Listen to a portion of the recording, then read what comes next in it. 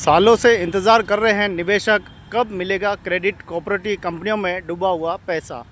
इंतज़ार की उम्मीद की आस लगाकर बैठे हुए हैं। न जाने दिल्ली, जयपुर, देश के कोने कोने में आंदोलन चला रहे हैं, लेकिन सरकार ठस से मस नहीं हुई है। अभी तक कोई पैसा नहीं मिला है। ये आप देखें किस प्रकार से कुछ बूढ़ी आंखें, कुछ नौजवान आंखें तरस रही है कि शायद आज नहीं तो कल पैसा मिल जाएगा, निवेशकों को भुगतान होगा, वर्ष एक कानून लागू होगा, आगे कोई ऐसी समस्या नहीं आए उसके लिए एक मजबूत कानून होगा। लेकिन अभी लग नहीं रहा है कि ऐसा कुछ होगा। न जाने कितनी ज़िंदगियां ने दम तोड़ दिया कि शायद पैसा मिलेगा उम्मीद की आस में। कितने ही लोगों ने आत्महत्या कर ली, फांसी खा ली, लेकिन अभी तक कोई पैसा नहीं मिला है। कई लोगों को तो सामाजिक बहिष्कार कर दिया गया है। वो न अपने गांव के रहे, न वो अपने शहर के रहे। वो दर दर की ठोकरें खा रहे हैं। जिन्होंने कभी ठोकरें नहीं खाई वो आज कहीं गाड़ी चला रहे हैं, तो कई लोगों की जो है कहीं वर्कर्स के रूप में काम कर रहे हैं। ऐसी मजबूरी और लाचार में भी सरकार को कुछ दिखाई नहीं दे रहा है। न सरकार अभी इस पर कोई बड़ा संज्ञान ली है। आइए हम बात करते हैं एडवोकेट भरत कुमार जी से।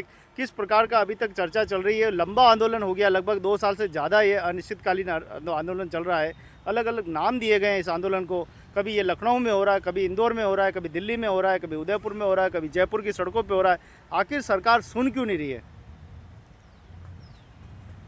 देखिए, ये कहावत है अंग्रेजी में कि the power corrupts and absolute power corrupts absolutely, कि सत्ता भ्रष्ट होती है और पूर्ण सत्ता पूर्ण भ्रष्ट होती है। उसी का एक जीता जागता नमूना है कि इस देश में करोड़ों लोग आज भी पीड़ित हैं।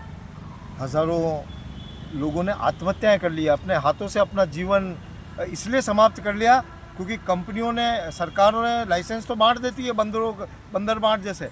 तो ये सरकार, केंद्र सरकार ने मल्टी स्टेट कोऑपरेटिव सोसाइटी के तहत बहुत सारे लाइसेंस बांट दिए, अधिकृत कर दिए। और यही लोग जब जाते हैं और कहते हैं कि हमको केंद्र सरकार ने मान्यता दे दी है, और केंद्र सरकार की मान्यता के सर्टिफिकेट के बेस पे लोग जनता से पैसा इकट्ठा करते हैं और संपत्तियां खरीदते हैं। और जब बड़े लेवल पे संपत्तियां जमा हो जाती है, बड़े लेवल पे पैसा जमा हो जाता है, तो ये सरकारी तंत्र, ये प्रशासनिक और राजनीतिक तंत्र मिलकर भ्रष्टाचार पूर्वक मुकदमे दर्ज कर देता है, संपत्तियां जब्त कर लेते हैं, बैंक खाते फ्रीज कर लेता है।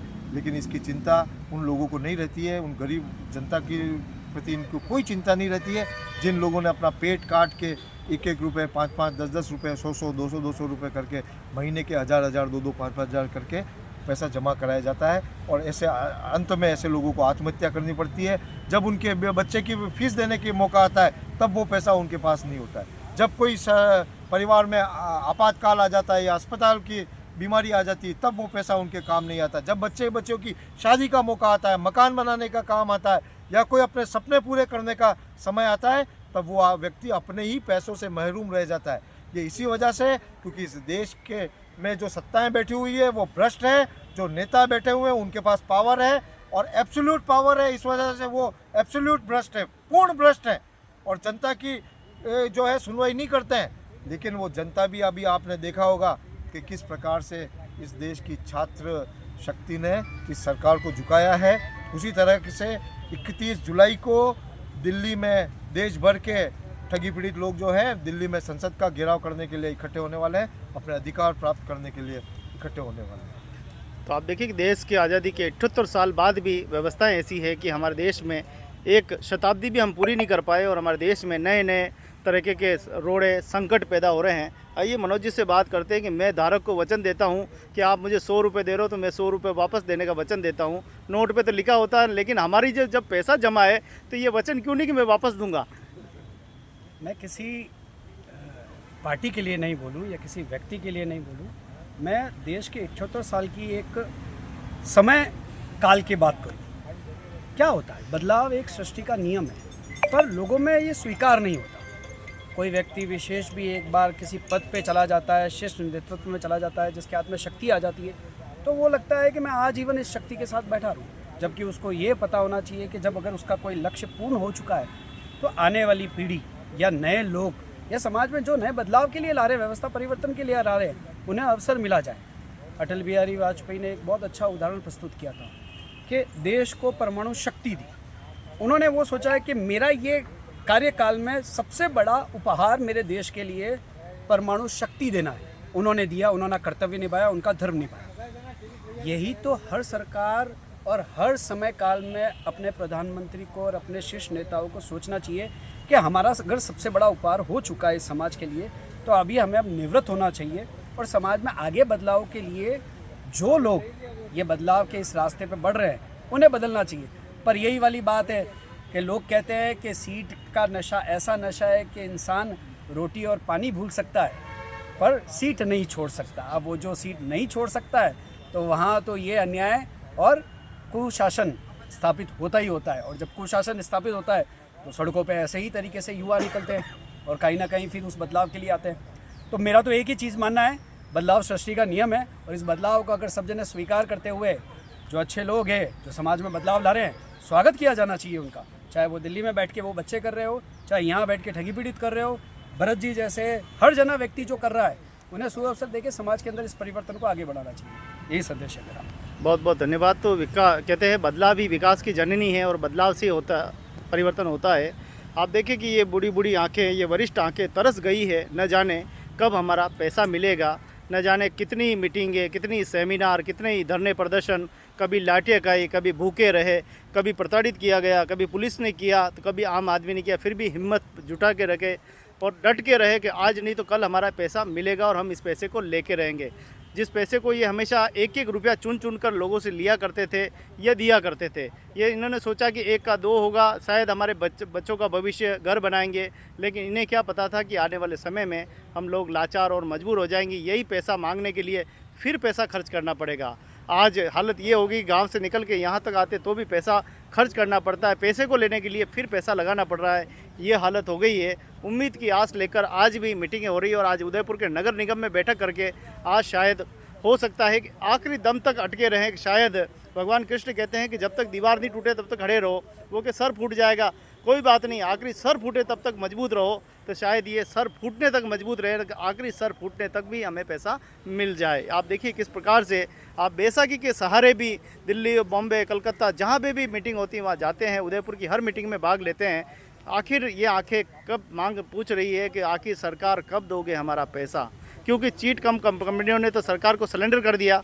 अब सरकार की जिम्मेदारी है कि वो भुगतान करे। क्या कुछ मामला को समझ पाएँ आप? जब सरकार लाइसेंस देती है उस समय तो कंपनियां अपने आप में फली फूली होती है, गारंटी देती है। गारंटी देती है, और जब कंपनियां अपना पैसा लेके और गरीबों का जो पैसा लेके चली जाती है, अब वो कंपनियां तो चली गई, बल्कि सरकार भी हमारे साथ वही धोखा करी है जैसे कंपनियों ने किया। हम ऐसे आग्रह करते हैं जो भी हमारे जनप्रतिनिधि या हमारे जो भी सरकार के अनुयायी हैं, जो भी सरकार के बैठे हुए हैं, हम उनसे आग्रह करते हैं हमारे इन पैसों का जो बर्ड्स एक्ट के जो कानून बना हुआ है उसके तहत हमें पैसा दिलाने का जो आग्रह करें। और हमें 31 जुलाई को हम दिल्ली में जा रहे हैं, वहाँ जाने के बाद फिर हम उदयपुर में आएंगे, उसके बाद हम विशाल रैली और विशाल सम्मेलन करेंगे। इसके साथ ही मैं आपको यही कह के मैं अपना वाक्य विराम देता हूँ। धन्यवाद। आप देखिए किस प्रकार से देश का ठगी पीड़ित, मजबूर, लाचार, आंसुओं के सैलाब में डूबा हुआ है, गम में डूबे हुए होते भी आप हंसकर ज़िंदगी जी रहे हैं कि शायद आखिरी दम तक पैसा मिल जाएगा। इस उम्मीद और की आस लेकर आज भी बैठक में भाग ले रहे हैं। आज भी इनका संगठन मजबूत है, शायद पैसा मिल जाए और लोगों को भुगतान मिल जाए, लोग दुआएं दे, बस यही कोशिश कर रहे हैं। आप क्या हो, निवेशकों के कार्यकर्ता थे?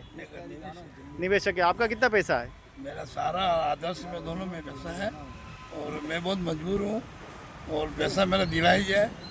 और कितना पैसा है?